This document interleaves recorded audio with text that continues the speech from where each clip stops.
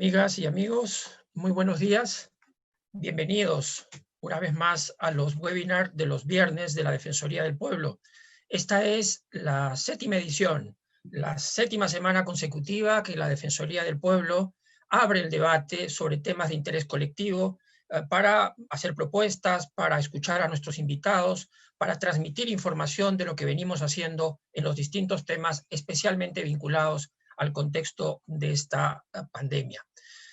La presentación de hoy la hemos titulado El diálogo continúa, no solo porque esa es la voluntad de la Defensoría del Pueblo y de millones de peruanos, sino también porque en un contexto como este el diálogo es una necesidad.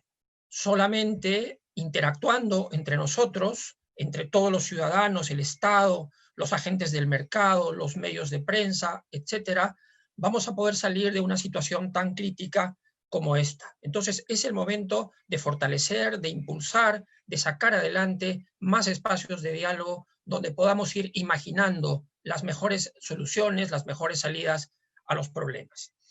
Pero antes de presentar a nuestros invitados del día de hoy, yo quisiera recordar con tristeza, pero sobre todo con enorme gratitud, a todas las personas que se han sacrificado a lo largo de estos meses, de manera particular a policías, a personal médico, enfermeras, médicos, que han estado en la primera línea de lucha contra el coronavirus. Creo que nos están dejando un ejemplo extraordinario de lo que es el sentido del deber. Pero entre ellos yo quisiera, de manera muy especial, destacar la figura de una persona de la sociedad, el señor Mario Romero. Mario Romero atendió personalmente en su establecimiento de expendio de oxígeno a todas las personas que llegaban desesperadamente para llenar sus balones e intentar salvar la vida de sus familiares. Mario Romero los atendía de manera personal.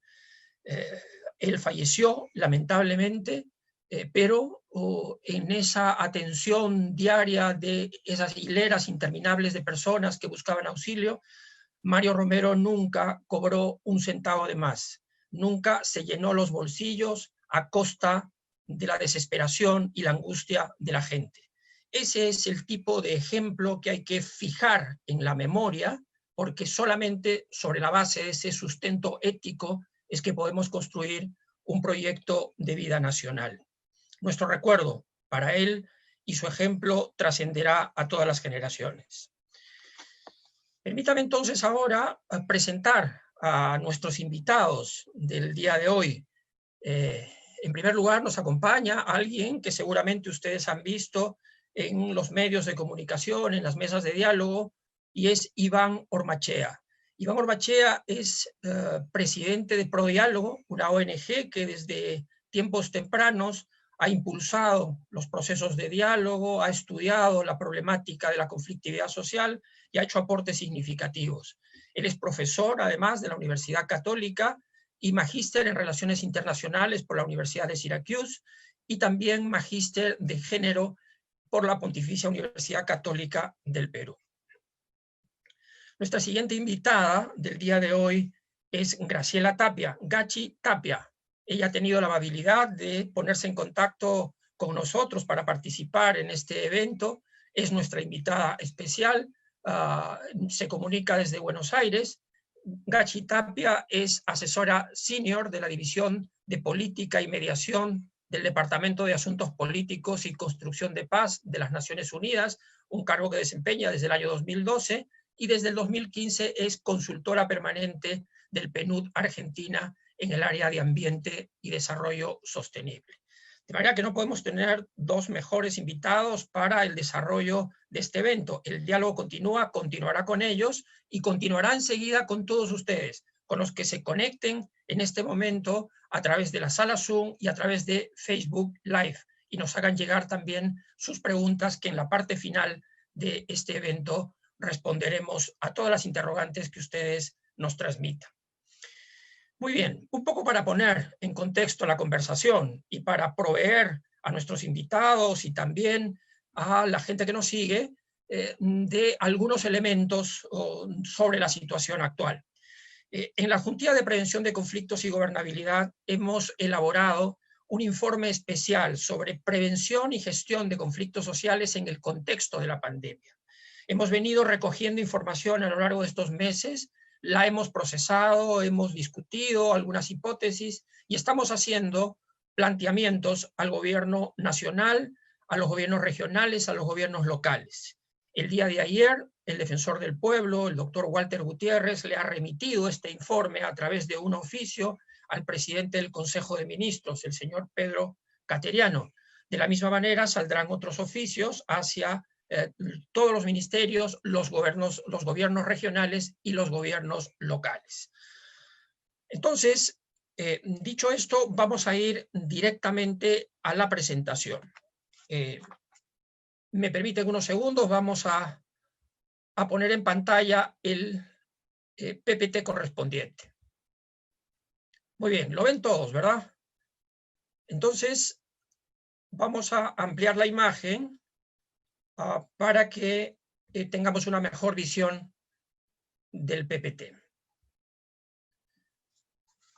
Esta es la denominación de nuestro informe.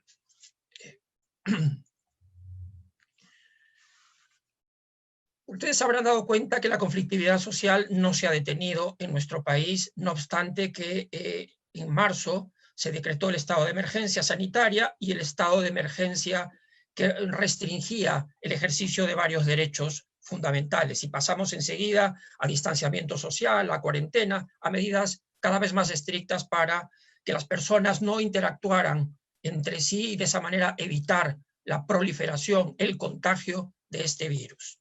Sin embargo, a pesar de esas circunstancias, ¿no es cierto?, se han presentado 4 escenarios en el que hemos detectado demandas sociales y tensiones en nuestro país. El primer escenario es el de los servicios de salud, donde en 2 reportes especiales que emitimos en su momento detectamos 110 casos. ¿Qué reclamaban fundamentalmente este personal? La falta de equipos de bioseguridad, o sea, protección para sus vidas en la medida que estaban en la proximidad de la atención a las personas contagiadas. También han habido reclamos sobre infraestructura insuficiente y una baja logística para la atención.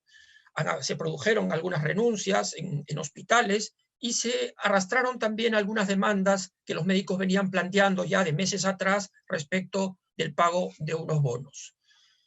El segundo escenario es el de la actividad minera, donde generalmente la tensión la hemos visto entre las empresas y los entornos, es decir, poblaciones, comunidades organizadas de distinta manera, ¿no? Sin embargo, el frente principal ahora ha sido entre las empresas y sus trabajadores. En el Perú hay 208.000 trabajadores mineros, de los cuales, según cifras del propio gobierno, se habrían contagiado alrededor de 3.000. Entonces, obviamente, las compañías mineras que mantuvieron personal operando dentro de sus instalaciones, este personal sentía un temor a contagiarse. Algunos de ellos sostuvieron que la oportunidad y la velocidad con que fueron atendidos no fue la mejor y tenían problemas también en la desmovilización del personal y había muchos pedidos de retorno a sus residencias habituales. Un tercer escenario es de los establecimientos penitenciarios. Esto fue anunciado por la Defensoría del Pueblo en su momento. Sin embargo, se han presentado problemas muy serios al interior de los penales derivados del hacinamiento. Era previsible que el contagio fuera masivo en estos establecimientos. Entonces, hubo reclamos de parte de los familiares, de los internos y de los propios internos sobre esta limitación de acceso a mascarillas, alimentos, a salubridad, y también hubo reclamos respecto de la restricción de las visitas. Y el cuarto escenario ha sido el escenario de los traslados humanitarios, algo perfectamente comprensible. Mucha gente se quedó varada a mitad de camino y necesitaba retornar a sus domicilios de origen. Y por otro lado también ya se encontraba en una situación de vulnerabilidad. Eso es un grupo, pero a ese grupo hay que sumarle también a las personas que ya estando como residentes en determinadas ciudades del Perú, decidieron trasladarse, y en algunos casos a pie, hasta los lugares donde, de donde provenían sus familias, de donde provenían ellos mismos, tratando de encontrar una red consanguínea, una red de amistades con los que aliarse para sobrellevar de mejor manera la situación crítica en términos económicos y en términos de salubridad y términos sanitarios. Muy bien, esta es la conflictividad que hemos encontrado a lo largo de estos más de 120 días. Pero ¿qué hay con la conflictividad anterior? La conflictividad anterior, una vez dictadas las medidas, iba efectivamente a tener un efecto de suspensión. Entonces, nos quedamos en febrero con 188 conflictos y el incremento a junio ha sido mínimo. Entonces, decayó las movilizaciones relacionadas con los casos anteriores. 1 de cada 4 casos de conflictos que ingresan a nuestro reporte para recordarlo, solamente para recordarlo, como nuevos se resuelve. Solo 1 de 4 se resuelve. Y en el 2019, los conflictos sociales nuevos y resueltos disminuyeron en 35% y en 47% respectivamente en comparación al 2018. Ustedes pueden ver allí la curva en el gráfico. En relación a las acciones colectivas de protesta, que son estas exteriorizaciones, objetivaciones de insatisfacción o de demanda que plantean grupos organizados o gente que espontáneamente se suma, ¿no? Para darles el dato general, porque si bien la Defensoría ha registrado la conflictividad desde el 2004, es a partir del 2007 que empezamos a registrar protestas también. Y del 2007 al 2020 tenemos 15.162 acciones colectivas de protesta. De ese conjunto, el 20.9% fueron protestas en las que hubo actos de violencia. Y en el 2019, las acciones colectivas de protesta subieron a 1.711. Ustedes pueden ver allí en el gráfico, ¿no? El 2017 bajaron a 109, pero el 2019 subieron a 1.711. Y en lo que va de este año ya tenemos 903 acciones colectivas de protesta. Según el tipo de conflicto, en realidad desde el 2007 los conflictos socioambientales son los más numerosos, son los más frecuentes, los más complejos también de tratar por el gran número de actores que intervienen, y en particular dentro de los socioambientales los que están relacionados con la actividad minera. Por ejemplo, son de este tipo de conflictos 82, o sea, el 44% del total de los casos son de este tipo socioambiental vinculado a industria extractiva minera. Sin embargo, habría que distinguir entre los conflictos que son de oposición al desarrollo de proyectos mineros de los que son conflictos de coexistencia, es decir, problemas que surgen sobre la marcha respecto de proyectos que ya fueron aceptados por la población. Entonces, de este total de 82 casos vinculados a la minería, solo 8, o sea, el 10% son proyectos en los que hay oposición. En los otros hay problemas que evidentemente se pueden tratar a través, y se están tratando a través de procesos de diálogo. Y para vincularlo con la cartera de minería, que también nos parece importante en este contexto en el que se habla de reimpulsar la actividad económica en el país, para recuperar el empleo, para recuperar tributos. De los 48 proyectos mineros en cartera, solo 6, es decir, el 13% de ellos se encuentran en conflicto. De manera que es una situación que consideraríamos manejable, es una situación manejable, ¿no? Es cuestión de que tomemos las medidas oportunas y que estemos siempre dispuestos y abiertos a intercambiar con los demás actores en el conflicto. En relación al diálogo, además el título de este webinar, el diálogo continúa. ¿Qué pasa con los procesos de diálogo? Un dato esperanzador es que hemos subido 15 puntos en nuestra proclividad, en nuestra adhesión a procesos de diálogo. Es decir, en febrero del 2014 el porcentaje de conflictos activos era 49%. Hemos subido en el 2020 a 64.3%. No es un avance espectacular, pero sí es un avance que, aunque lento, nos deja ver o entrever que hay una sociedad que quiere dialogar y hay un Estado cada vez más dispuesto a abrirse al diálogo y a las demandas planteadas por la población. La mayoría de estos procesos de diálogo tienen que ver con conflictos socioambientales, y es también un dato importante porque son el 80.4% de este tipo de conflictos que están en proceso de diálogo.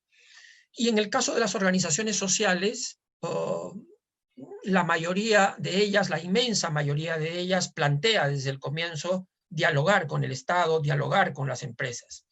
Pueda que se presenten, como hemos registrado también, hechos de violencia, ¿no? Incluso algunos muy recientes, esta pérdida de la paciencia o la participación de algunas minorías mucho más radicalizadas que optan por medios violentos. Pero yo diría, y diría la Defensoría del Pueblo, que en la inmensa mayoría de los casos hay una voluntad de dialogar de parte de los actores sociales. Volviendo al tema de la pandemia, dejemos por un momento estas cifras sobre la conflictividad que viene de atrás, de antes del estado de emergencia, y concentrémonos un momento para tratar de encontrar una explicación de por qué estamos en una situación como esta. ¿No? Porque la respuesta del Estado frente a la pandemia no ha sido, o de la sociedad también, no ha sido todo lo eficaz que hubiéramos querido para evitar las cifras tan lamentables que estamos viendo el día de hoy. Lo primero y obvio es que la capacidad de los servicios de salud pública no ha estado a la altura. Evidentemente había un déficit que veníamos arrastrando de tiempo atrás. No se puede atribuir a un gobierno, son una sucesión de gobiernos que no han cumplido en realidad con el derecho a la salud, con respetar y proteger el derecho a la salud y con invertir en un servicio tan importante. Cuando se hable más adelante de cómo vamos a redefinir la nueva normalidad, es evidente que este es el tema prioritario. El tema prioritario. ¿Qué hacemos con la salud? Porque está claro que los humanos somos una especie amenazada y van a venir seguramente otros virus más adelante y necesitamos estar mejor preparados para enfrentar esta situación.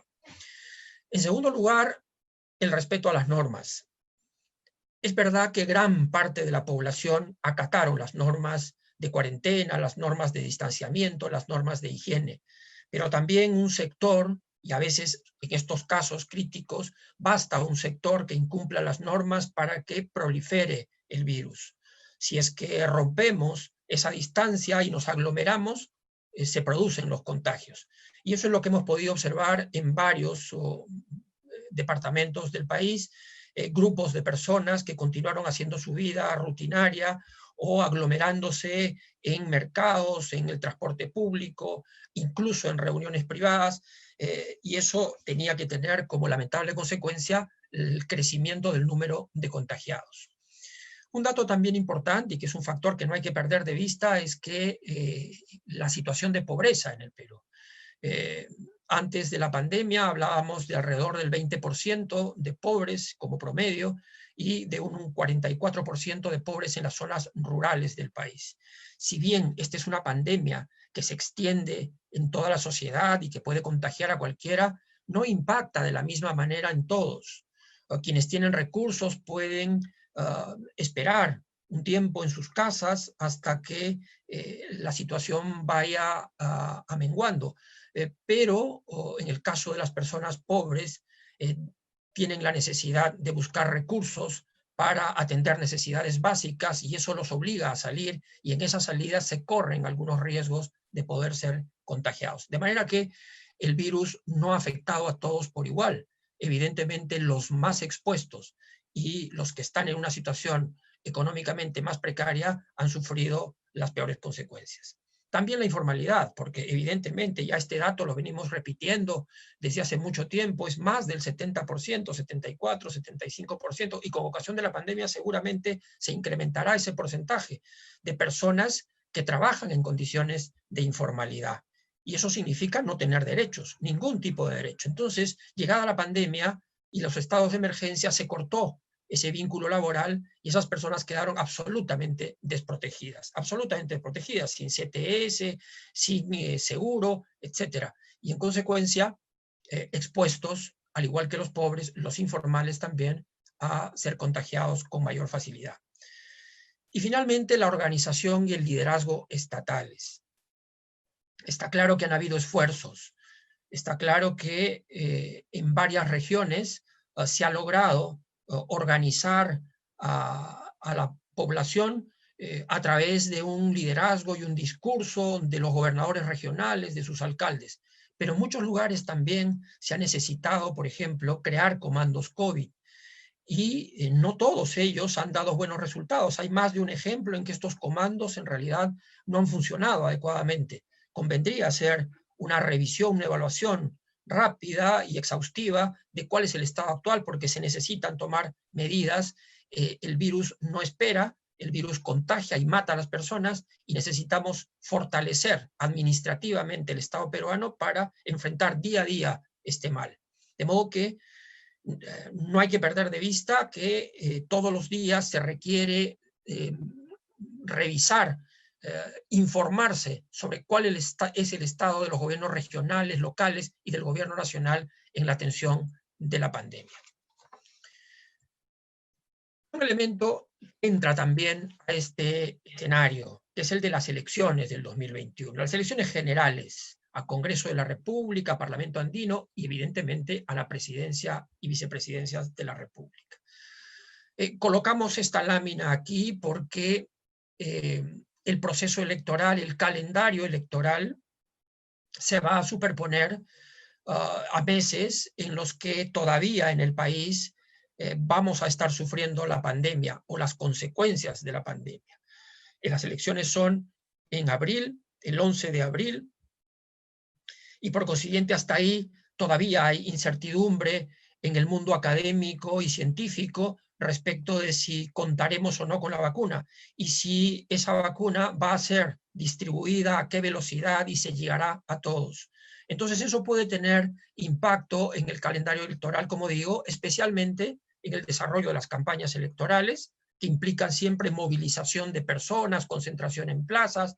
Habrá que variar las modalidades de difundir los mensajes de las organizaciones políticas, de los candidatos, pero allí donde necesariamente hayan concentraciones hay que tomar también medidas, hay que dictar protocolos al respecto. Igualmente respecto a la participación de personeros o de los ciudadanos que forman parte de las mesas de sufragio, ¿no es cierto? Allí también hay que tomar las debidas precauciones. Vamos directamente a 4 aspectos que nos parecen indispensables, que hay que tomar en cuenta en este contexto para gestionar y prevenir conflictos adecuadamente. Lo primero, y que consideramos indispensable, es que el Estado tiene que tomar la iniciativa para retomar el contacto con los actores sociales, ¿no? Necesitamos saber cómo interpretan la situación actual, necesitamos saber cuál es su disposición a dialogar sobre los casos particulares en los que ellos intervienen como actores primarios en el conflicto, pero también es muy importante que el Estado, a través de estas comunicaciones con dirigentes, con las organizaciones, renueve su compromiso de que eso que quedó pendiente en marzo se va a retomar y vamos a continuar dialogando sobre esos problemas. Esa es una agenda que debe ser asegurada. Este silencio de varios meses no puede generar el malentendido en los actores sociales de que esos procesos de diálogo han quedado olvidados. No, por eso es importante tomar contacto lo más pronto posible y avanzar en esa conversación con los dirigentes para ver ya aspectos de orden logístico, coordinar bien cómo vamos a desarrollar esos espacios de diálogo. Recordemos que estamos hablando de 343 actores sociales distintos, entre frentes de defensa, comités de lucha, comunidades campesinas, pueblos indígenas, federaciones, asociaciones, sindicatos, etc. Son 343 actores sociales, organizaciones sociales o también en algunos casos población que se organiza exprofesamente para un caso de conflicto en particular. En segundo lugar, y esto puede ser un escollo por un lado, afecte la idea de presencia que siempre hemos tenido en los conflictos sociales, es decir, la autoridad en persona, en el lugar, hablándole a los ojos a los dirigentes, renovando con ellos su compromiso de tratar los problemas, y además en los corrillos, en los entretiempos, ir desarrollando relaciones para mejorar la atmósfera en la que se trata el conflicto y también avanzando en la solución de los problemas. Eso ahora es más difícil. Lo que vamos a tener en la pantalla son los rostros de personas que corresponden desde luego a quienes deben participar en un proceso de diálogo, pero vamos a perder contacto personal. Y en esa pérdida del contacto personal la comunicación también se ve resentida, sobre todo ese tipo de comunicación más confiable en la que uno puede ir avanzando en las interioridades del conflicto. Y por eso es tan importante que mapeemos la viabilidad tecnológica del diálogo. ¿Dónde se puede, dónde no se puede? Eso hay que saberlo cuanto antes, ¿no? Porque en el caso peruano, y de acuerdo al índice global de competitividad, el Perú se encuentra en el puesto 98 de 141 países en adopción de tecnologías de la información, las famosas TIC, ¿no es cierto? Y además, en relación a los conflictos que venimos monitoreando, solo en el 56% de ellos hay acceso a internet fijo. Y si trasladamos ese problema y ese número de conflictos cuyas mesas de diálogo se desarrollan en centros poblados, solo en el 15.6% de esos centros poblados hay acceso a internet fijo. El internet móvil sí hay en muchos lugares, en casi todos. Sin embargo, no es la vía tecnológicamente más apropiada para sostener reuniones tan prolongadas de 8 o 10 horas, ¿no?, que suelen durar los procesos de diálogo día a día. Entonces hay que buscar alternativas con tiempo para que esto no falle. Y no solo eso, hay que darle soporte tecnológico también a los pueblos indígenas, a las comunidades, allí donde la tecnología no ha llegado, y capacitar en su uso. En tercer lugar, nos parece muy importante que en algunos casos, por ejemplo, la consulta previa, o por ejemplo, algunos casos muy sensibles en los que se necesita de todas maneras la presencia de ministros, de gobernadores, de alcaldes, de la Defensoría del Pueblo, etcétera, y de los dirigentes sociales y representantes de las empresas, tengamos con tiempo un protocolo que nos garantice la seguridad, la salud de las personas. Para eso es importante dictar pautas de organización de los procesos de diálogo presenciales, ¿no? Igualmente hay que evaluar caso por caso y ver solo en aquellos que sea indispensable estar presente, entonces se organizará una mesa de diálogo presencial. Y por supuesto hay que tomar todas las precauciones que ya se conocen, ¿no? Y además, dos puntos que nos parecen muy importantes. La preparación con tiempo del proceso de diálogo, ¿no? Es decir, debemos llegar ya, dado que estamos en una situación de urgencia y de riesgo, entonces debemos llegar con las cosas bastante maduras al proceso de diálogo presencial, de modo que utilicemos óptimamente el tiempo y que no se alargue innecesariamente el proceso de diálogo. Y dos temas en los que ha insistido la Defensoría del Pueblo de mucho tiempo atrás. Mucho cuidado, ¿no?, con los procesos de diálogo con actores sociales que forman parte de culturas diferentes.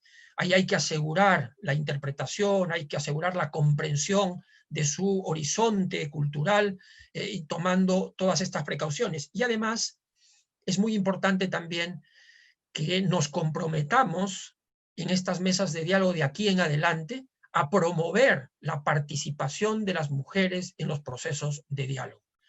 Las cifras que la Defensoría del Pueblo tiene al respecto son muy bajas. Solamente el 17% de mujeres participa en procesos de diálogo.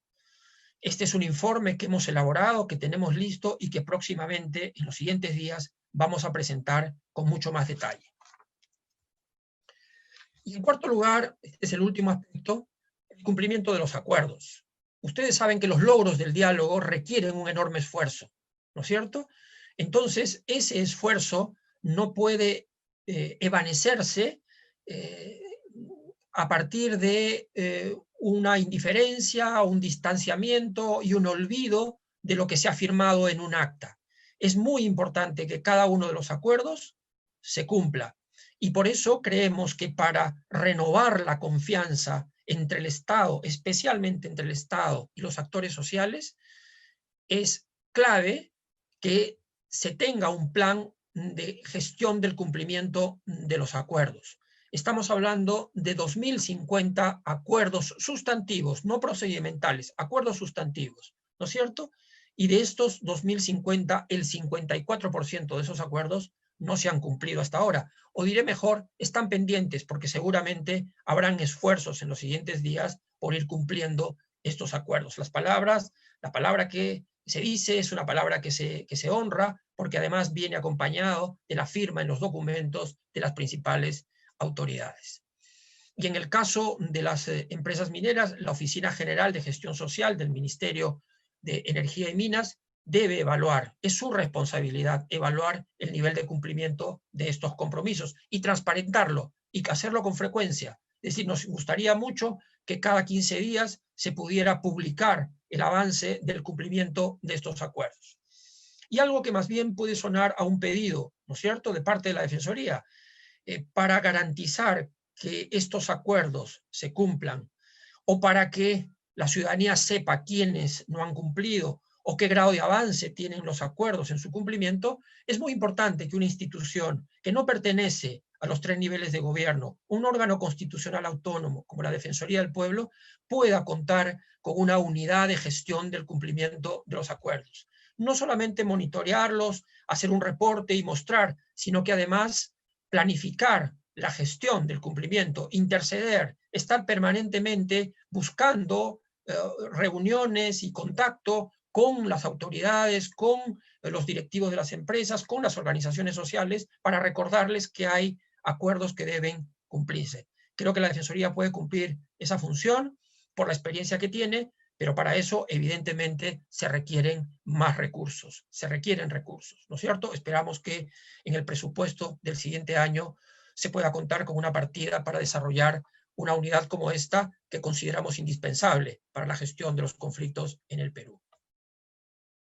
Y termino con esto, porque los informes defensoriales, los informes de adjuntía o los informes especiales, como estos que hemos venido presentando a lo largo de la pandemia, no concluyen con recomendaciones.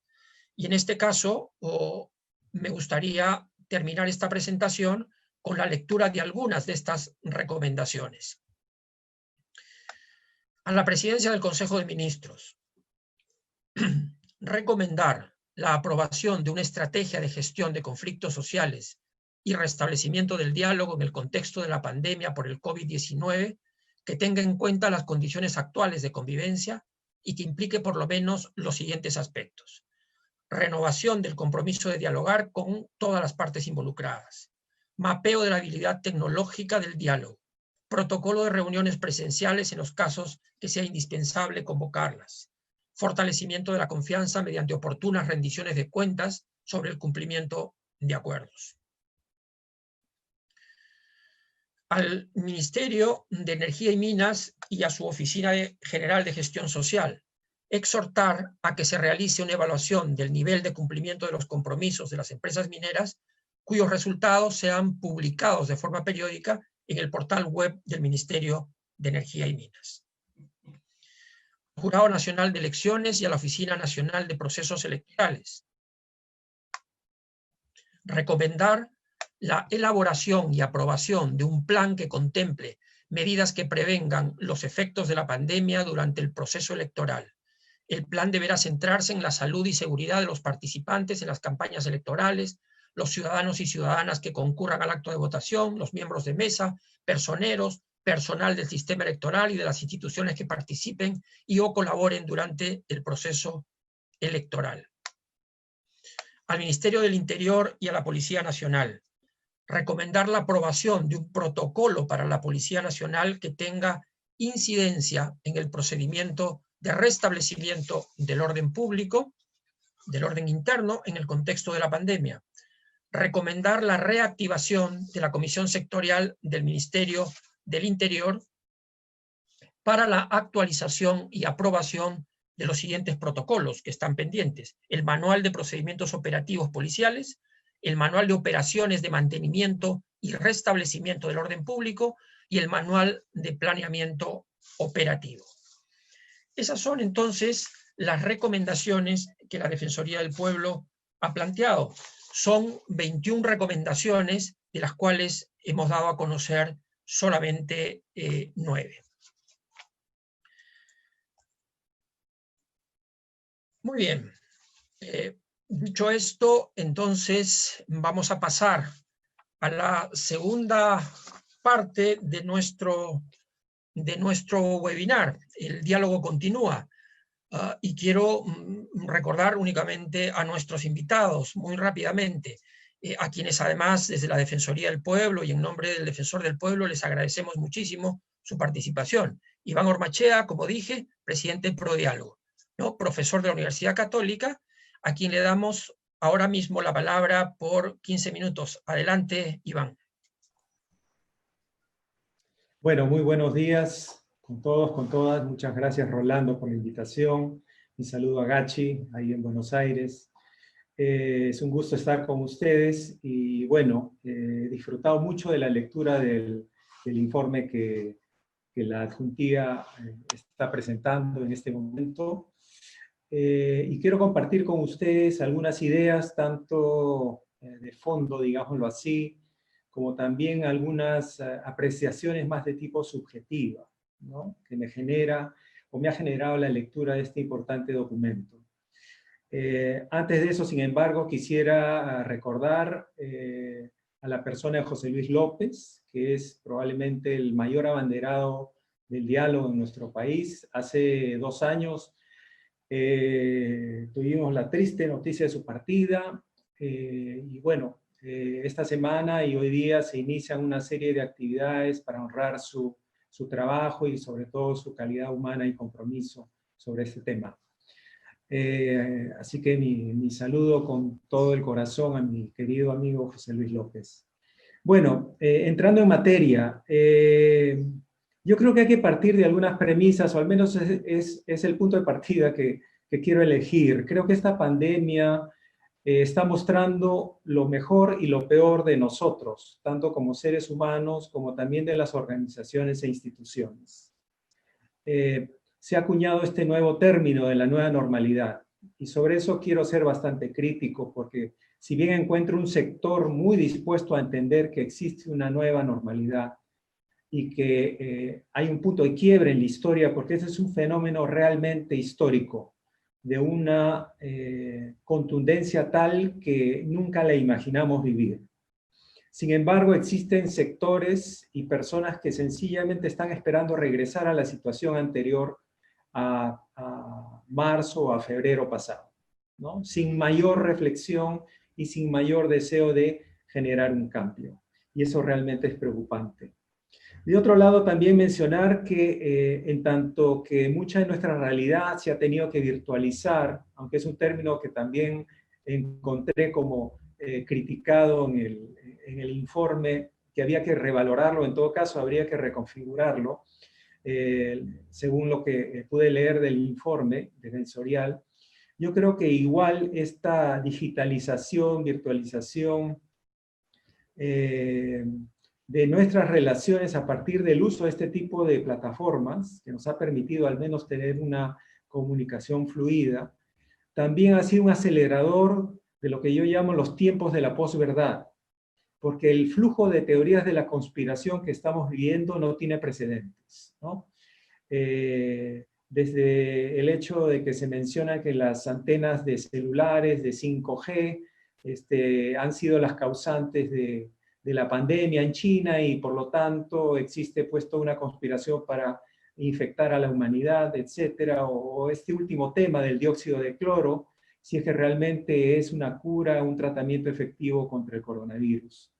Y lo que sí creo fervientemente es que si no nos manejamos bajo 2 principios, el de la colaboración y la creatividad, no vamos a poder enfrentar adecuadamente esta crisis, porque a lo largo de la humanidad ha sido la colaboración y la creatividad justamente la que nos ha permitido avanzar como como sociedad, como humanidad.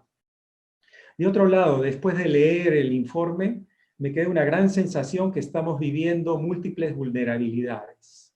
Y hay grupos efectivamente que están siendo vulnerados en distintas dimensiones y con mayor énfasis.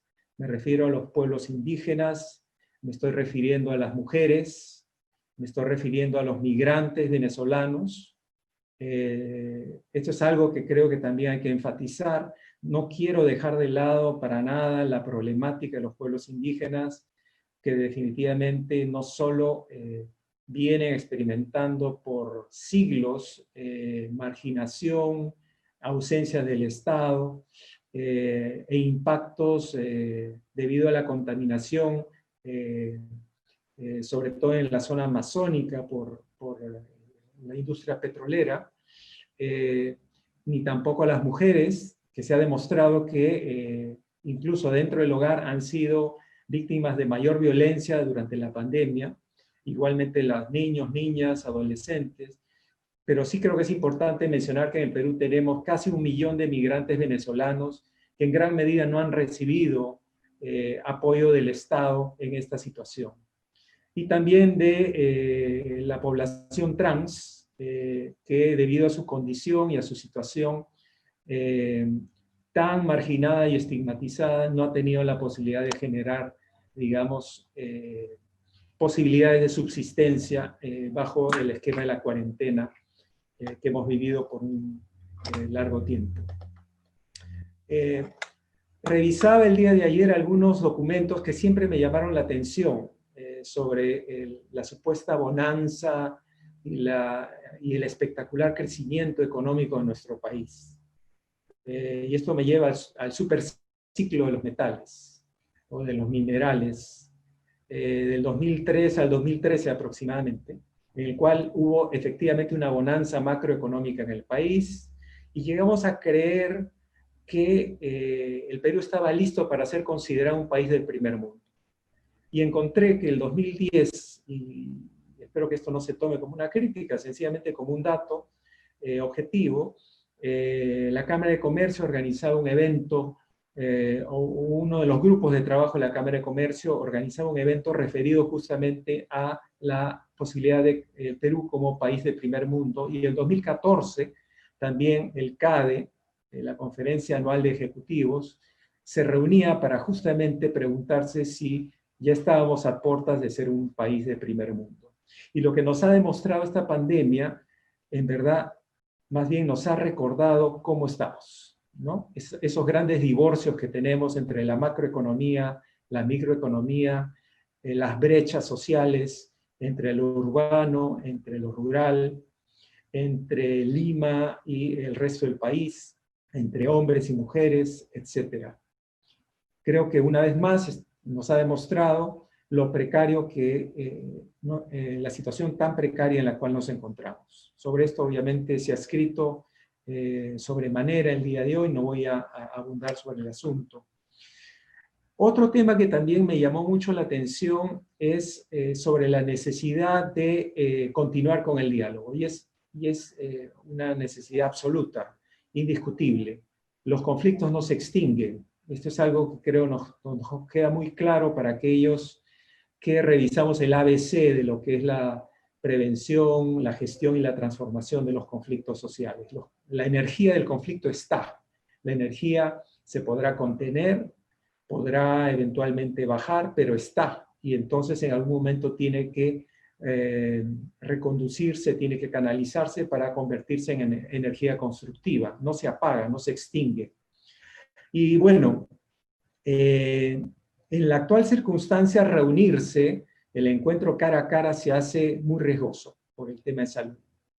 Y bueno, ahí entra la posibilidad de los encuentros digitales, ¿no? Como mencioné, este término virtual parece que genera también una suerte de evaluación de los encuentros. Y fíjense qué interesante, porque lo podemos asociar a uno de los conflictos, de los primeros conflictos que generó la virtualización, por ejemplo, de la educación. Padre de familia, muy descontentos, padres y madres de familia muy descontentos por el hecho de que, número uno, la educación se haga virtualmente, porque era de facto considerada una educación de segundo nivel, ¿no? Cuando aquellos que comprometidamente tenemos responsabilidades docentes, nos damos cuenta que virtualizar un curso o digitalizarlo, pues sencillamente implicó bajo un tiempo récord una presión muy grande y crear formatos que en verdad demandan mucho más tiempo que en el dictado persona a persona. Esto generó, creo yo, por un lado incomprensión y por otro lado mucha tensión y conflictos directos entre grupos de padres y madres de familia con los colegios, fundamentalmente los privados, claro está, para que bajen las pensiones mensuales de educación. Sin embargo, el punto central es que el término efectivamente no es reconocido, también puede ser mal interpretado. Y bueno, aquí tenemos, creo yo, que hacer una precisión, ¿no? A pesar de estar, por ejemplo, en este momento en la distancia, estamos conectados, ¿no? Es un encuentro presencial, estamos interactuando. Lo que pasa es que tenemos un medio muy distinto al que comúnmente pues, usamos para relacionarnos los seres humanos, ¿no? Entonces sí tenemos a partir de estas plataformas sí tenemos encuentros presenciales. No es que no estemos ahí presentes, lo estamos. En todo caso, habría que hablar de encuentros sincrónicos versus encuentros asincrónicos, lo cual obviamente va a generar aún más, más ruido en la comunicación, ¿no? Pero en todo caso, sí creo que es importante darnos cuenta que hay que cubrir esa brecha digital. Eso es algo que la pandemia nos está exigiendo, porque además creo yo que se está convirtiendo en una necesidad humana básica, el tener acceso, tener una buena conectividad a este tipo de plataformas, a este tipo de medios de comunicación. Y cuando hablo de una necesidad humana, también creo yo tenemos que verlo como un derecho de la humanidad. Recuerdo mucho cuando algunos compañeros decían, esto del Wi-Fi, ¿por qué el Wi-Fi requiere una clave? ¿Por qué no el Wi-Fi debería ser, digamos, un servicio abierto al mundo, al público? Porque en verdad, creo yo, y ahora se ha demostrado, el acceso a las redes, el acceso a la información debería ser considerado el día de hoy una necesidad humana básica y un derecho de todos y de todas. Creo que además no debemos dejar de lado que si bien podemos estar conectados a partir de este tipo de medios, que en este caso sí son sincrónicos, ¿no? Porque nos permite esa presencialidad, también es posible la emocionalidad. Creo yo que no deberíamos pensar a partir de la premisa de que no podemos compartir también emociones, ¿no? Las películas, fíjense ustedes, nos conmueven. La música expresada en medios digitales nos conmueve. Un diálogo de esta naturaleza también debería incluir. No pensemos que no es factible. Creo que en lo que hay que insistir más bien es que incluyan justo esos momentos para que tengamos la posibilidad de escuchar al otro, generar empatía, ponernos en sus zapatos y sentir justamente esa dimensión tan valiosa que nos regala el diálogo.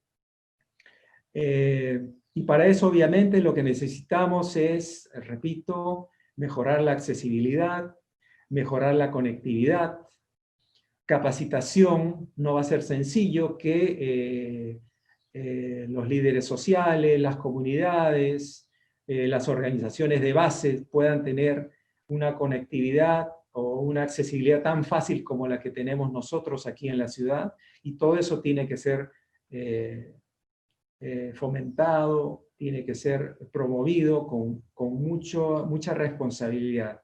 Y también ver que esto no se convierta en una fuente de poder y manipulación.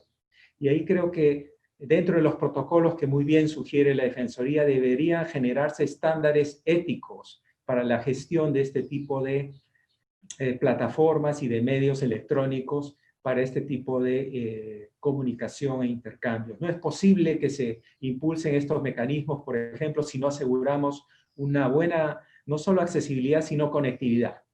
Hablar de diálogos complejos, largos, pensando en que solo a través de, digamos, los celulares se puedan conectar los líderes sociales o las comunidades o las organizaciones de base, mientras en la ciudad o en las empresas tenemos pues acceso a laptops o a grandes pantallas en salas de videoconferencia, me parece un despropósito. Creo que es ahí donde también hay que asegurarnos que haya una simetría en lo que implica conectividad y accesibilidad a estos recursos. Me llamó mucho también la atención el término post-COVID-19, ¿no? Y yo creo que personalmente yo no hablaría del post-COVID-19, quizás hablaría más bien de la post-vacuna COVID-19, ¿no?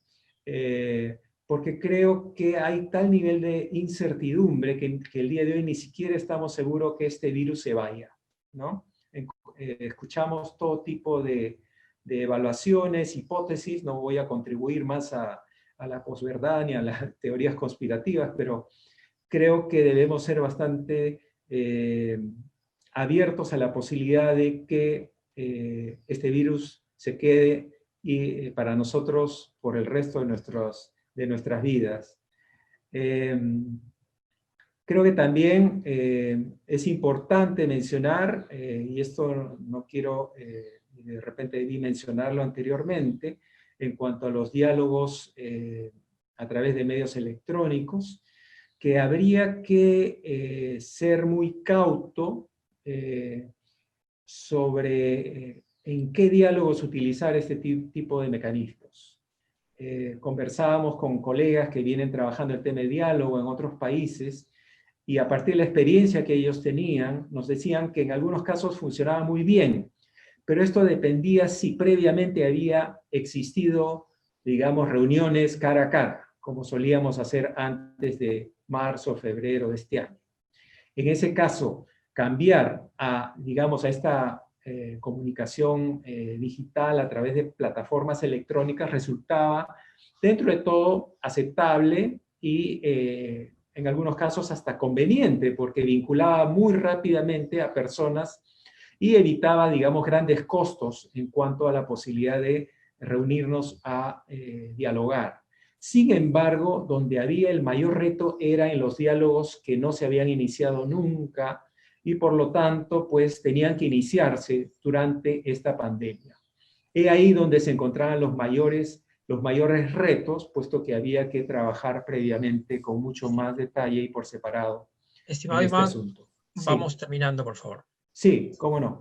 Y bueno, yo tan solo quiero concluir con dos ideas. Creo que quedo muy preocupado con nuestra celebración del Bicentenario. Aspiramos a tener grandes reformas y creo que hay que mirar los detalles estructurales, la agenda estructural de problemas estructurales que nos deja esta pandemia. Hay una reforma política del sistema político pendiente, del sistema de justicia, de la administración pública, del sistema de salud. Yo espero que al menos en este punto, en el tema del sistema de salud, haya un gran cambio. Si esto no se da, lamentablemente creo que no hemos aprendido mucho de esta pandemia. Y bueno, tan solo concluir diciendo que no nos acostumbremos a convivir con los efectos tan nocivos de la pandemia, el incremento de muertos, de contagios, y más bien veamos a este contexto como un contexto propicio para el cambio y para fomentar justamente encuentros entre actores con el fin de que sea el diálogo y no la violencia la que predomine. Gracias. Muy bien, muchas gracias, Iván. Muy interesante la presentación de Iván Ormaechea.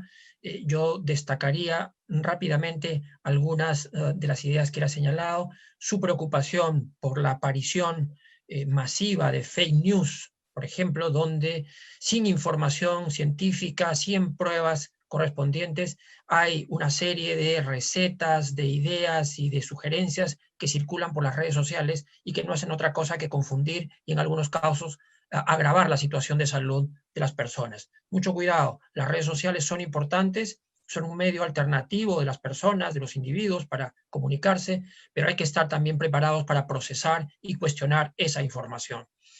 Muy importante que Iván también sostenga que salir de esta situación requiere colaboración y creatividad, justamente dos de los elementos indispensables del diálogo. Cuando nosotros decimos el diálogo continúa, debe continuar, pero justamente haciendo un ejercicio profundo, amplio, generoso de colaboración y de capacidad de imaginar soluciones. Y sienta además, Iván, un punto que está en el contexto general de la realidad en el Perú, esta distancia entre las buenas cifras macroeconómicas que se han mantenido estables a lo largo de muchos años y los problemas microeconómicos que tenemos todavía y que hemos reflejado brevemente a raíz de haber tratado el tema de la pobreza y de la informalidad. Estas brechas tienen que ser superadas para que esa prosperidad no sea pasajera, no sea una prosperidad falaz, como alguna vez llamó Basadre a aquella época. Igualmente nos dice que los conflictos no se extinguen, los conflictos se mantienen allí, deben ser tratados, deben ser transformados, y eso requiere evidentemente del instrumento más potente a la mano, que es el diálogo. Y finalmente, redefinir la idea de presencia, ¿no? Virtual es una palabra que puede sonar a aparente, a irreal, ¿no? Y en consecuencia se necesita transmitir confianza de que no obstante estar en una pantalla, efectivamente estamos hablando en serio, estamos hablando en nombre de una autoridad, en nombre de una empresa, en nombre de una organización social. Es decir, aquello que decimos nos estamos comprometiendo con cada una de las palabras. Entonces, hay que darle realidad y veracidad a los espacios de diálogo a la distancia. Ok, ahora pasaremos a escuchar a Gachi Tapia. Gachi, nuevamente muchas gracias por estar con nosotros. Adelante, por favor, por 15 minutos. Un placer y un honor. Muchísimas gracias, Rolando. Bueno, yo para no repetir mucho de lo que dijo Iván, con lo que también estoy muy de acuerdo, solamente remarcar el recuerdo de José Luis y el honrar sus esfuerzos, ¿no? Como su legado. Quisiera, como es poquito tiempo, tomar unos minutos un poquito para hacer un poco análisis de diagnóstico más general. Mencionar que no estoy hablando en nombre de Naciones Unidas, estoy hablando a título personal, por más que pueda referir a algunas de las cuestiones de los trabajos que hacemos desde la organización. Felicitar de alguna manera el trabajo impresionante que hace la Defensoría. Toda Latinoamérica ha mirado siempre a Perú en la capacidad que ha tenido de institucionalizar el diálogo como no se ha logrado en otros países. En mi país, en Argentina, no tenemos institucionalizado el diálogo. Se ha hecho un esfuerzo muy grande ahora para una pequeña institucionalidad, para crear un Consejo Económico y Social en un momento tan complicado, y sin embargo no se logra. La fragmentación política es enorme, y hacia adentro, digamos, entre las mismas frentes electorales y políticos tenemos mucha fragmentación. Lograr consensos en ese sentido es muy difícil, así que esto yo creo que es uno de los problemas más complicados que tenemos nosotros como país, ¿no? Que nos falta esta cultura de dialogar, con una visión de diálogo muy distinta a simplemente debatir, negociar, ¿no? Y pensar simplemente en espacios muy, muy pequeños. Yo creo que en este momento, como decía Iván, hay una tensión a nivel global que genera la incertidumbre absoluta de lo que nos va a pasar. Y esto que en un primer momento provocó sentimientos encontrados, porque sobre todo en alguna gente más joven, cuando se vio el impacto que tuvo el parate, ¿no? de todo el sector económico a nivel global, y se vio el impacto que esto tuvo en la contaminación ambiental. Mucha gente joven y mucha gente que trabaja en este sentido para modificar la perspectiva de cómo el consumo tiene que cambiar y de cómo nuestras maneras tradicionales de vivir tienen que cambiar, vieron que esta podía ser una gran oportunidad. Está claro que quienes hacen estos estudios económicos y miran patrones, ¿no?, a lo largo de la historia, ven cómo cada tantos años hay una debacle de los sistemas financieros y monetarios, como ha pasado después de la Gran Depresión, como ha pasado después de la Segunda Guerra, que de alguna manera es lo que define cómo hoy vivimos nuestro sistema y nuestra moneda, y están diciendo, no sabemos qué va a pasar después de esto, no sabemos si el sistema va a seguir siendo el mismo. Entonces, creo que esta vibración colectiva, digamos, de incertidumbre, no es menor cuando pensamos en los impactos que nos generan los conflictos, ¿no es cierto? Porque sabemos que los conflictos nos generan impactos en distintas dimensiones, en dimensiones internas y en dimensiones externas.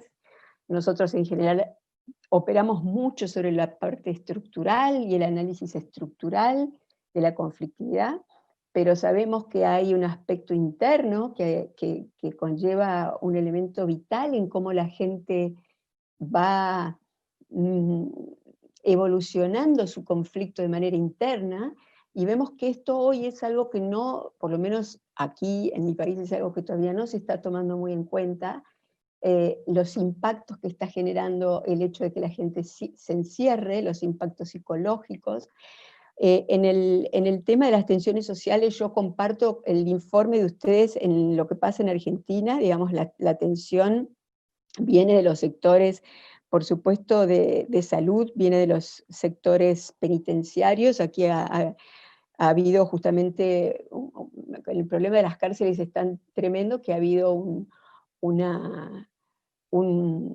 una política de liberar presos justamente para evitar la gran posibilidad de contagio en las cárceles. Esto generó muchísima controversia, y esto está además generando un gran problema en el tema de la violencia. Nosotros hoy tenemos escaladas de violencia a nivel intrafamiliar, la violencia doméstica y la violencia de género han aumentado las denuncias de una manera impresionante, y por otro lado la violencia en las calles, porque también esto es algo que políticamente hoy se está trabajando con mucho temor, y es el hecho de que la vulnerabilidad, y como ustedes mencionaban aquí en Argentina, la informalidad es tremenda, mucho más del 50% del empleo es informal. La gente no tiene ninguna posibilidad de quedarse en su casa. No tiene, primero porque estamos hablando de los lugares más difíciles, que son las ciudades. Digamos, la mayor concentración de contagios se da en las ciudades y se da en los barrios vulnerables, donde la gente vive hacinada, donde no hay posibilidad de cumplir con estas medidas, y la gente vive de su día a día. Entonces esa gente necesita salir para comer. Y esto está siendo objeto de un enorme esfuerzo desde el Estado de proveer este tipo de ayudas, que generan obviamente, y en el caso de Argentina más, un problema fiscal enorme. Somos un país en default, tenemos un problema macroeconómico enorme, de manera que empezar a generar algunos consensos a nivel político y social sobre cuáles serían medidas para empezar a salir de esto, en este momento es muy interesante el tipo de discusiones que se están dando. Se está cuestionando el modelo agrominero, se está cuestionando todo el sistema de cómo la economía funciona. Están apareciendo, por ejemplo, todos los microemprendimientos, está apareciendo los microproductores, el sector del campo, que nosotros tenemos mucho en Argentina. No tenemos la gran conflictividad minera que hay en Perú, porque no tenemos tantos emprendimientos mineros, pero de todas maneras, digamos, el tema de la minería es un tema estratégico, porque somos uno de los países del Triángulo del Litio. El litio es uno de los minerales claves para la transición hacia las energías limpias. Entonces, tanto el litio como el cobre son hoy dos de las explotaciones que tienen mucha luz, inclusive se está trabajando mucho desde los programas. Hay un programa de gobernanza ambiental que tiene el PNUD, que está trabajando con mucho foco justamente en poder ayudar a comunidades, empresas y gobiernos en estos emprendimientos, a poder generar un diálogo constructivo, a poder generar monitoreos por parte de las empresas, pero como bien decían ustedes en el informe, aquí también empieza a haber conflictos nuevos en ese marco, conflictos como veíamos dentro de los propios trabajadores mineros, ¿cierto? Entonces el rol de los sectores es fundamental. Nosotros tenemos un Estado muy débil, un Estado que no tiene capacidad de control, y el rol del sector privado se hace muy relevante en este momento, y en ese sentido también rescato lo que menciona el informe en lo que son las recomendaciones de Naciones Unidas al sector privado y las guías que se han hecho sobre empresas y derechos humanos, que remarcan el rol que hoy realmente el sector privado puede tener. Aquí en Argentina hay un programa que se llama Somos Uno, que convoca, digamos, el sector privado para tratar de generar y apoyar los esfuerzos del Estado de manera particular en la asistencia, digamos, a los más vulnerables, ¿no? Generar comedores, etcétera, etcétera. O sea que, digamos, en este sentido, yo creo que estamos todos los países de nuestra región, por supuesto, con sus distintos escenarios económicos. No es lo mismo, por ejemplo, que estamos viendo en Costa Rica. Costa Rica tiene otro tipo de economía y otro tipo de conflictividad, tiene las grandes migraciones en las fronteras, y los problemas de derechos humanos vienen más por ese lado, pero creo que compartimos todos como decía Iván, una percepción de que esto puede sacar lo mejor de nosotros, si podemos identificarlo, y también lo peor, porque entonces la puja de los intereses es enorme, ¿no es cierto? Así que en términos más de bajada a los procesos y a cómo vamos a dialogar ahora, a mí me parece, y coincido con todo el diagnóstico respecto a las nuevas tecnologías, me parece que el gran dilema es cómo generamos confianza a partir de esta nueva realidad donde no podemos juntarnos, donde la conexión que necesitábamos hacer entre las personas para generar confianza, y que se daba tan fuertemente desde la cuestión presencial, de compartir nuestra energía, de compartir nuestra mirada, de compartir nuestras historias. Bueno, ¿cómo vamos a hacer para poder replicar esto en estos nuevos escenarios? Y yo creo que aquí hay algo interesante. Nosotros hemos empezado a ayudar en el diseño de algunos procesos. Algunos países nos están pidiendo apoyo en el diseño de estos procesos. Yo creo que el tema de pensar los diseños estratégicos es clave. Es muy complicado, como decía Iván, hoy el tema de los tiempos virtualmente. Tardamos mucho más tiempo cuando estamos hablando desde el Zoom. Tenemos que incorporar toda esta tecnología, tenemos dificultades en las conexiones. Entonces, ¿cómo preparamos estos espacios?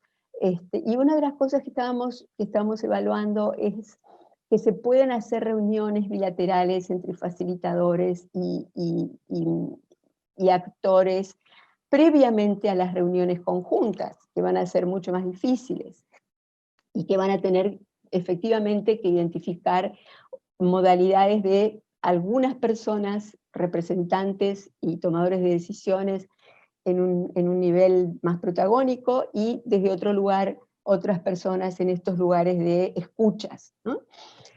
Pero una cosa que quería mencionar especialmente, y con esto dejo porque tengo miedo de estar pasada un poquito de tiempo, es que lo que vemos es que la manera tradicional en la que los actores llegan a estos espacios, ahora con reclamos tan contundentes desde sus sectores, hace muy difícil que se puedan escuchar. Y hace muy difícil que puedan sacarse su postura y su reclamo, porque vienen además a presentar el reclamo de un sector, porque además eso hace a su lucha y a su identidad. Entonces lo que hemos empezado a identificar es qué pasa si en estos espacios, además de poner estos representantes tradicionales, empezamos a identificar un actor con una característica que podríamos llamarla conectora, ¿no? La OIT menciona el hecho de poder abordar en todos los espacios los análisis que llama con enfoque sensible al conflicto. Y en el enfoque sensible al conflicto, en lo que se remarca mucho es en analizar cuáles son en los grupos y las comunidades conectores y divisores, y cómo potenciamos esos conectores para neutralizar los divisores. Y estos conectores no solo son personas, pero muchas veces son personas, y no necesariamente son las personas formalmente representantes, pero son personas que dentro de sus sectores tienen cierta legitimidad, tienen cierto respeto y tienen la capacidad de ser escuchadas. Entonces a veces nosotros sabemos que aunque la gente tenga coincidencias, dependiendo quién está hablando va a aceptar o no que las tiene. Porque yo no puedo aparecer acordando con alguien que es mi adversario. Entonces estas figuras de los conectores empiezan a jugar un rol interesante porque tienen la capacidad de ir hacia su propio sector a generar estos consensos. Y esto es fuera de los espacios formales, fuera de los espacios públicos. Entonces, empezar a diseñar estos procesos de una manera previa y con mucho esfuerzo en generar confianza previa en reuniones bilaterales, donde una cuestión clave es empezar a que nos podamos poner de acuerdo en diagnósticos básicos, ¿no? Diagnósticos básicos ya es llegar a un acuerdo extraordinario. Y a partir de ahí empezar a ver cómo llevamos esto a la virtualidad. Esto en los aspectos, en los espacios rurales, hoy por hoy, por ejemplo, en mi país, todavía hoy se pueden dar estos encuentros porque nosotros tenemos la mayor concentración de contagios en las áreas urbanas. En las áreas rurales se pueden todavía hacer algunas reuniones presenciales manteniendo todos estos cuidados que efectivamente ustedes mencionaban como recomendaciones. Pero tenemos algún temor de que como no hemos llegado todavía a nuestro máximo en la curva, esto después se expanda, digamos, hacia otros lugares del país. Así que estamos pensando en estos diseños y en irlos probando y ver cómo funcionan. Así que bueno, eso era algo que quería recargar. Y una cosita también sobre el tema cultural, que me parece tan importante. ¿Qué pasa, por ejemplo, en un país como Perú, donde hay lugares de jurisdicción indígena, donde hay que respetar la institucionalidad indígena? ¿Cómo vamos a incorporar ese desafío a los espacios? El tema de las mujeres, que como bien, bueno, Iván sabe mucho de esto también, no es un tema de tener más mujeres en las mesas, sino de saber que esas mujeres tienen esa perspectiva de género, tienen ese enfoque diferenciado de cómo impacta el conflicto de una manera distinta en las mujeres, en los varones y en los niños. Entonces, nosotros en Naciones Unidas con la Agenda 1325 tenemos este mandato y en ese sentido vemos que a veces se llena de mujeres el espacio del diálogo para cumplir, ¿no? Con decirte, hemos tenido tantas mujeres en la mesa, y no vemos que esas mujeres realmente tengan capacidad de tomar decisiones en el ámbito diferenciado de cómo los conflictos los afectan a ellos.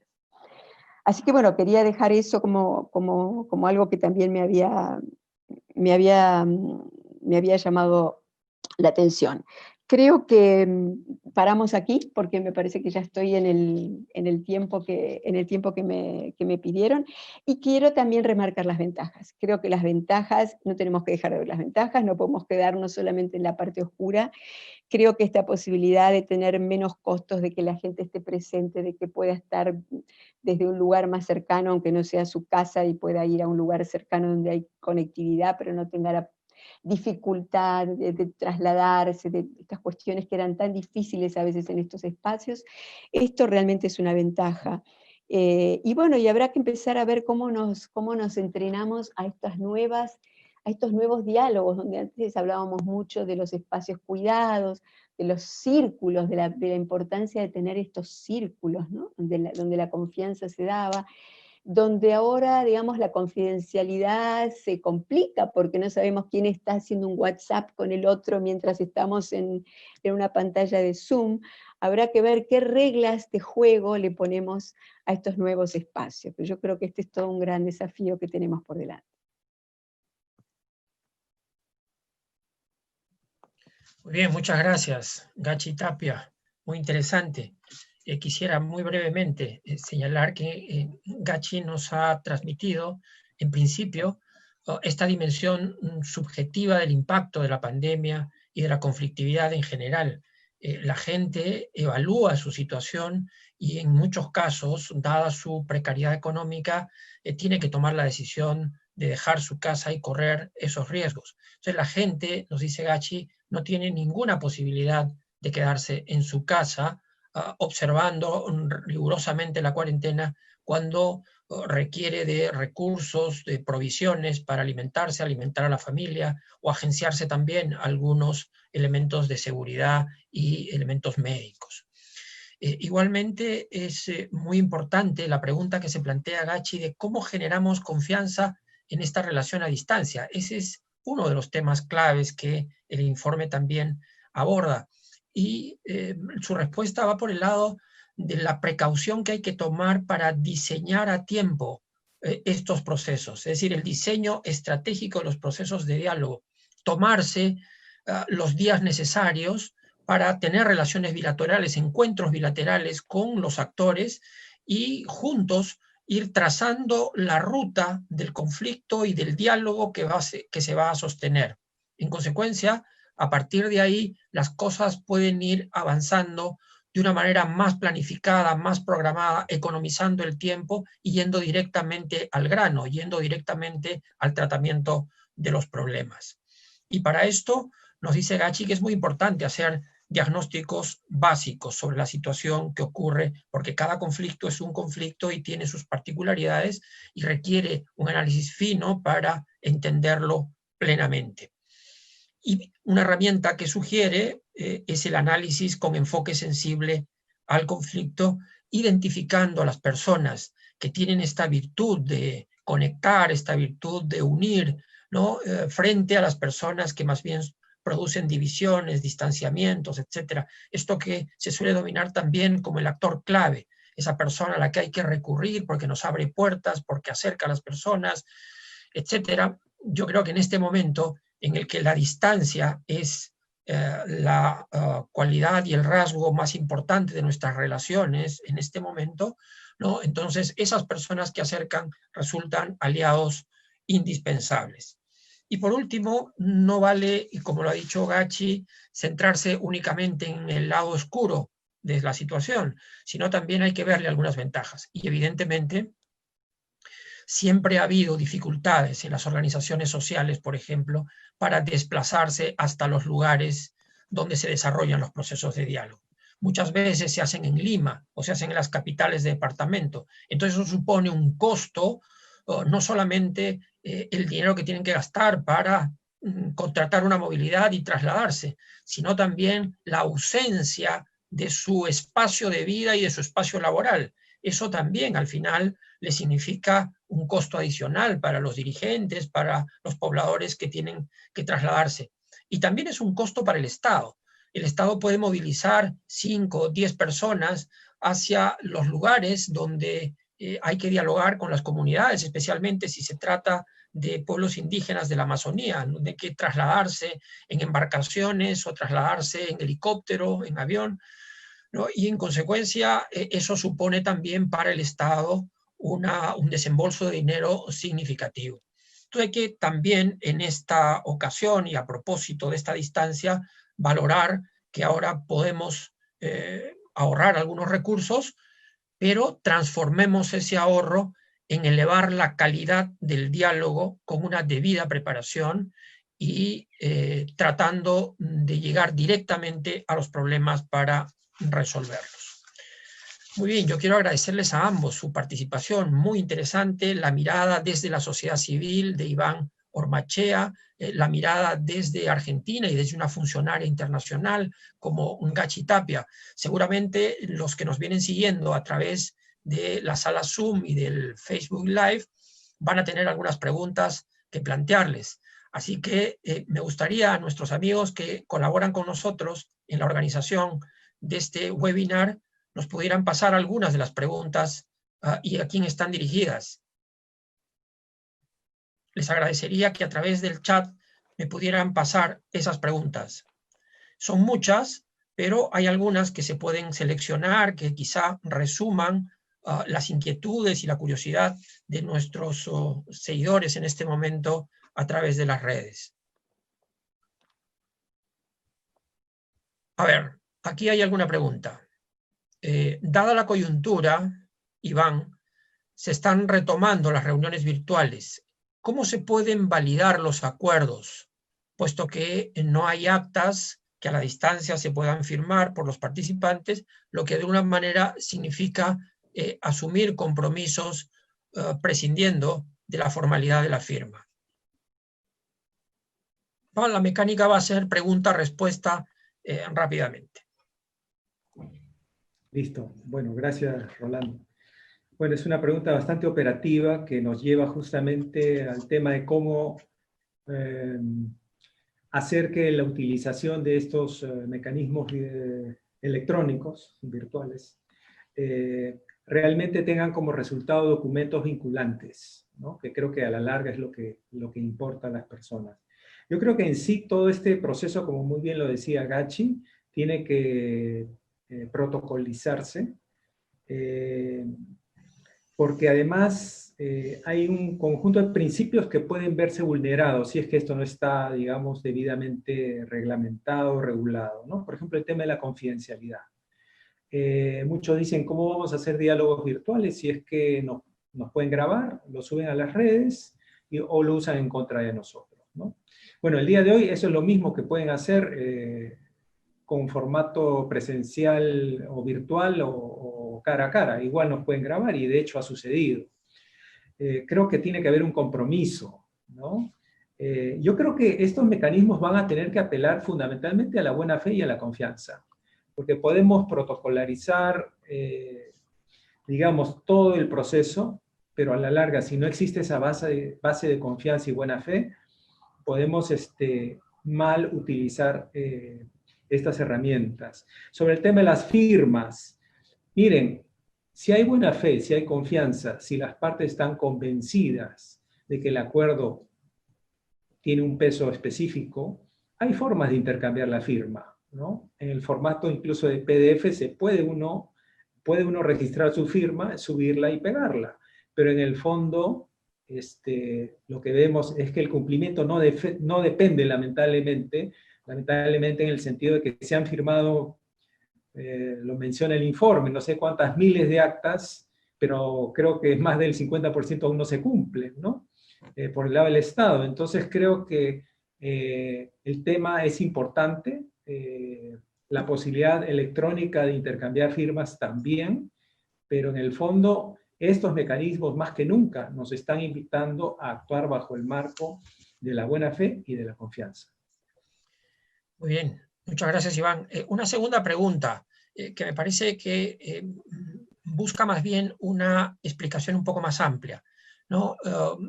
Tú sabes que hace poco, desde la presidencia del Consejo de Ministros, hace unas semanas, se planteó como estrategia de prevención de conflictos el enfoque territorial. Y en ese sentido, cerrar brechas se considera una manera, a través de las políticas públicas, de poder ir resolviendo una serie de problemas por acción del Estado y por acción también de actores privados con los que se articula el Estado, y de esa manera ir, digamos, reduciendo el conjunto de demandas que la población puede plantear.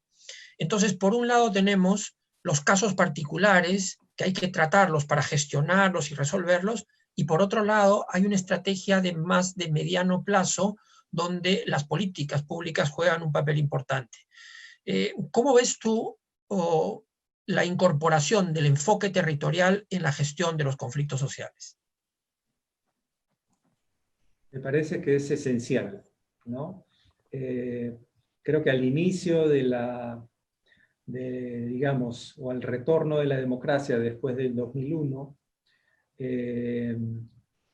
nos dimos cuenta, que había un conjunto de demandas embalsadas, ¿no? Justamente por la carencia de democracia. Y a partir de ahí, el fenómeno de los conflictos sociales como que empieza a, número uno, a hacerse visible, pero número dos, empieza a poner en jaque al Estado y a la gobernabilidad del país. Inicialmente había una respuesta bastante cortoplacista y reactiva a los conflictos.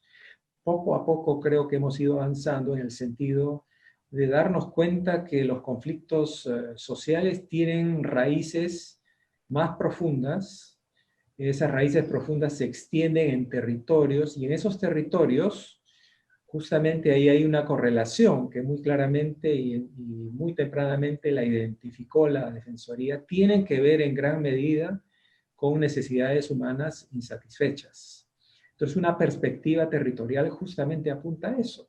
Es decir, no ver a un espacio meramente como un lugar aislado en la cual podamos tan solo pensar en recursos naturales que extraer o explotar, o a poblaciones que se organizan en una acción colectiva para exigir una serie de demandas. Tenemos que ver, digamos, el espacio como un espacio vivo, ¿no? Con recursos, con personas, con cultura, con una serie de dinámicas muy valiosas, y todo ello tiene que ser, digamos, usado como un lente para prevenir y transformar los conflictos sociales.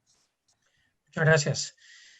Gachi, nuestros seguidores se preguntan cómo están gestionando la conflictividad y qué tipo de conflictividad es la que ha surgido en la Argentina a propósito de estos meses de pandemia y de las medidas que también se han tomado desde el gobierno, ¿no? Y si hay una estrategia especial, un plan de parte del gobierno para enfrentar este tipo de conflictividad social. Bueno, en realidad la conflictividad, como pasó también en Perú, en el inicio la conflictividad social estaba bastante controlada. Teníamos un nuevo gobierno, no sé, digamos, la conflictividad en la calle, las protestas estaban, digamos, muy controladas. Sin embargo, de a poquito y a medida que, si bien Argentina ha sido muy exitosa en cómo ha llevado adelante hasta ahora el tema de la salud, tenemos una tasa de letalidad baja para la cantidad de población que tenemos. Sí, desde el inicio dijimos una cuarentena muy fuerte, estamos en 140 días de cuarentena, para tratar de fortalecer los sistemas de salud. Nosotros tenemos un buen sistema de salud en el sentido de que es abierto, de que tenemos un sistema gratuito, pero eso no quiere decir que operativamente esto funcione, ¿no? Y se atiende además mucha gente que viene de otros países, así que ha sido un gran esfuerzo. Sin embargo, a medida que la gente empezaba a sufrir estas cuestiones, como yo mencionaba, la gente no podía mantenerse en cuarentena, la gente más vulnerable era la gente que no podía quedarse en casa, como nos decían, y empezaron los reclamos. Empezó a ser, digamos, la conflictividad empezó a manifestarse con cacerolazos, banderazos, la gente volvió a salir a las calles. La verdad es que Argentina no tiene protocolos para la conflictividad social. Hace unos años se intentó un protocolo para tratar el tema de las protestas y cómo las fuerzas de seguridad tenían que actuar en esta situación. Esto es un tema muy, muy delicado. Hoy lo que está pasando es que se están trayendo ayuda de otras fuerzas, de fuerzas de gendarmería, pero lo que está pasando es que muchas de estas fuerzas están vulnerables al virus. Digamos, tenemos mucha policía que está contagiada. Y lo que estamos viendo en el conurbano, que sería Buenos Aires, la provincia que rodea la ciudad, es que la conflictividad, como yo les decía, está generando una violencia distinta, porque antes se robaba en la calle, o se robaba a la salida de un banco, hoy como no, hoy como estamos en cuarentena, la violencia, y sobre todo por la cantidad enorme de gente que estaba cumpliendo condenas y fue liberada con anticipación por el problema de la superpoblación carcelaria, hoy empiezan los asaltos violentos dentro de las casas. Y hay un tema muy complicado con el narcotráfico, pero muy complicado, digamos, es un tema que toma una relevancia impresionante en los barrios vulnerables, donde el narcotráfico manda. La posibilidad de que la gente pueda cumplir estas medidas a veces tiene que ver con que estos actores sean claves en lo que hacen, digamos, en lo que le imponen a la gente. Es una cosa tremenda. Pero realmente no hay un plan específico, se están haciendo esfuerzos, y yo creo que si bien no tenemos protocolizado el diálogo, lo que sí está funcionando en este momento muy bien es el diálogo entre la jurisdicción de la capital de Argentina, en Buenos Aires, que tiene que es un signo político distinto al de Nación, la provincia, que tiene el mismo signo político que el nacional, y el nivel nacional. Y en ese sentido es muy interesante ver cómo los tres referentes, ¿no? Se juntan y tienen sus reuniones periódicas, y a pesar de sus diferencias políticas, se ponen de acuerdo y de alguna manera muestran que en situaciones de emergencia están poniéndose de acuerdo en cuestiones básicas. Y ahí se nota la calidad de los liderazgos, porque hay como nuevos liderazgos en donde la política tradicional, donde tengo que todo el tiempo mostrar mi diferencia y mi fragmentación con el otro, empieza a encontrar en alguna gente joven otra manera de gestionarse. Y empieza a haber gente que no responde naturalmente a una agresión de lo que es la política tradicional, ¿no? Y a mostrar que en este momento no tenemos posibilidad de poner la energía en estas cuestiones, ¿no? Entonces hay cuestiones que tienen muchísimo desafío, como yo decía, la fragmentación política tradicional de líderes tradicionales es muy fuerte, pero vemos que están surgiendo líderes nuevos, y en ese sentido yo creo que la posibilidad de generar estos acuerdos como se están generando en estos espacios es bastante promisoria. Pero no tenemos como ustedes estos espacios tan institucionalizados para la gestión de las mesas de diálogo como ustedes lo tienen. Una pregunta más para una respuesta corta, en la medida de lo posible. Nos dice un seguidor, ¿qué medidas ha propuesto Naciones Unidas para enfrentar esta conflictividad social originada por la pandemia? Y además, ¿qué medidas en relación a la participación de las mujeres en los procesos de diálogo? Sí, bueno, en cada país, como ustedes saben, Naciones Unidas tiene agencias, diferentes agencias en cada país, no todas están presentes en todos los países, pero cada equipo de país está preparando sus programas de respuesta, y que tienen que ver con las características y las dinámicas de cada país en especial. Pero en el tema de las mujeres, ahí sí hay, sobre todo el equipo de país, muy en concordancia con ONU Mujeres, está trabajando en este programa que se llama Spotlight, donde las estadísticas de violencia contra la mujer se están haciendo muy visibles todo el tiempo, y sobre la necesidad de avanzar con la resolución 1325. También tenemos a ONU Mujeres, que la verdad está haciendo un esfuerzo enorme porque está cargando con toda la agenda humanitaria, pero está haciendo un esfuerzo enorme por generar la posibilidad de que las mujeres tengan mayor acceso a estos espacios. Y como decíamos hoy, no solamente en número, ¿no? Sino además en participación de mujeres que puedan ser tomadoras de decisiones. También en roles de mediadoras o de facilitadoras, ¿no? O sea, esta es la agenda básica que tiene Naciones Unidas a partir del año 2000 y de su resolución 1325. Y por lo menos en Argentina, que tenemos la Agencia de ONU Mujeres, el Plan Nacional está haciendo mucho esfuerzo con esto. No todas tienen planes nacionales en este punto. Gracias. Ya vamos terminando el programa. Me llega una pregunta que contestaré rápidamente. alguien me dice por qué es importante que la Defensoría del Pueblo se haga cargo de la gestión del cumplimiento de los acuerdos, ¿no? Yo creo que básicamente por 3 razones en las que seguramente coincidiremos muchos. Primero, porque la Defensoría tiene en el Estado peruano el registro más antiguo de la conflictividad social. El primer reporte apareció en marzo del 2004. Por consiguiente, en nuestras bases de datos están prácticamente todos los conflictos que alcanzamos a registrar con la información completa sobre actores, problemas, el proceso, etc. En segundo lugar, porque en la estructura organizativa de la Defensoría del Pueblo hay una gran descentralización.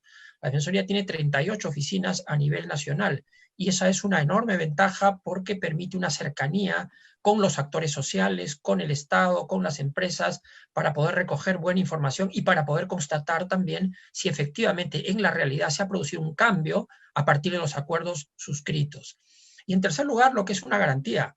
Es una garantía. Tiene que ser un órgano autónomo. La autonomía de la Defensoría del Pueblo supone una equidistancia respecto de los actores en el conflicto. Y eso garantiza que la información que la Defensoría recoge y que publica sea una información objetiva en la medida, desde luego, de nuestras posibilidades y también con nuestras propias limitaciones. Entonces, estos 3 aspectos creo que hacen de esta institución la indicada para poder trabajar en el seguimiento y gestión del cumplimiento de los acuerdos, porque esa es la mejor manera de seguir legitimando los espacios de diálogo y valorizando este mecanismo pacífico y colaborativo de resolución de conflictos. Llegamos al final, estimados amigos. Muchas gracias a todos los que nos han seguido, gracias a nuestros invitados, gracias a los colegas encargados de la organización de estos webinars que están resultando un éxito. Ya saben, todos los viernes a esta hora la Defensoría del Pueblo se conecta con la sociedad, se conecta con el Estado, se conecta con los agentes del mercado, los medios de comunicación, para tratar temas de interés colectivo. Y dicho sea de paso, el próximo viernes estaremos en un nuevo webinar en el que trataremos el tema de transparencia y lucha contra la corrupción, a propósito de la adquisición y distribución de las canastas que deben llegar a las familias más necesitadas en este contexto. Al respecto, hay un informe de la Defensoría del Pueblo del que daremos cuenta minuciosamente, e igualmente que aquí, en este formato, invitaremos a personas que nos ayuden a explicar este tema y de esta manera nuestros seguidores tengan una idea completa de lo que está pasando en nuestro país en ese tema, en este que hemos denominado Diálogo Continúa y en todos los que vendrán en adelante.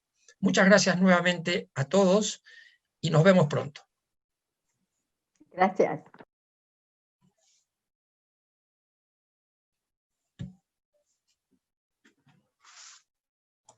Listo.